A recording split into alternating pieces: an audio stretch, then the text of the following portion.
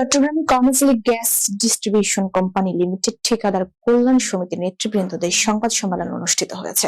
এ সময় তারা দীর্ঘ 10 বছর বৈষম্য সৃষ্টি করে আবাসিক গ্রাহকদের বন্ধ গ্যাস সংযোগ অবিলম্বে প্রদান, নতুন আবাসিক গ্যাস সংযোগ চালু, বিদ্যমান লাইন হতে চলা বর্ধিত কাজ চালু সহ নানা দাবি নিয়ে এই সংবাদ সম্মেলন করে।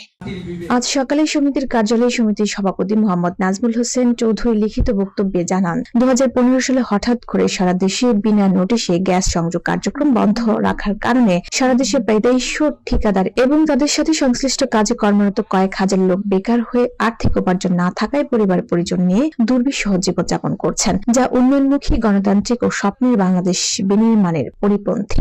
এছাড়াও এলপিজির তারল্য সংকট সৃষ্টি করে এলপিজি গ্যাস সরবরাহ কোম্পানি ও এক শ্রেণীর অসাধু মুনাফাখোর গোষ্ঠীর সময় হাজার হাজার কোটি টাকা হাতে নেওয়া চিরতরে বন্ধ করতে এখন আবাসিক গ্যাস সংযোগ চালু করার সময়ের দাবি। সংবাদ সম্মেলনে ঠিকাদাররা জানান, দেশের স্বার্থে সিলিন্ডার কোম্পানি সিন্ডিকেটের দৌরাত্ম্য থেকে দেশের আমজনতাকে মুক্তি দেওয়ার জন্য সরকার সহ রাজনৈতিক নেতৃবৃন্দরাও এই বিষয়ে গুরুত্ব আরোপ করা উচিত। এ সময় সংবাদ সম্মেলনে উপস্থিত ছিলেন সমিতির সাধারণ সম্পাদক এ.কে.এম. অলিউল্লাহ হক, নগর স্বেচ্ছাসেবক দলের সদস্য সচিব ইঞ্জিনিয়ার জমির উদ্দিন নাহিদ সহ আরো অনেকে। গ্যাসের মজুদ আছে এবং মায়ানমার থেকে গ্যাস উত্তোলন করে আপনার চীন, ভারত মানে বিভিন্ন দেশের পাইপলাইনের মাধ্যমে সরবরাহ করতে। আপনারা হয়তো অবগত আছেন, এই পাইপলাইন আমাদের বাংলাদেশের উপর দিয়ে নিতে চাইছিল, কিন্তু তৎকালীন সরকার নিরাপত্তার কারণে ওই পাইপলাইনটা নিতে দেয়।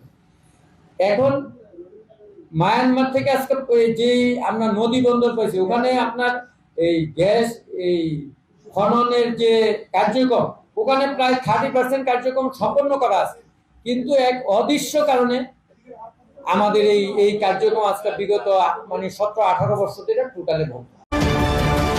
চ্যানেল 10 সত্যের সন্ধানে আমরা।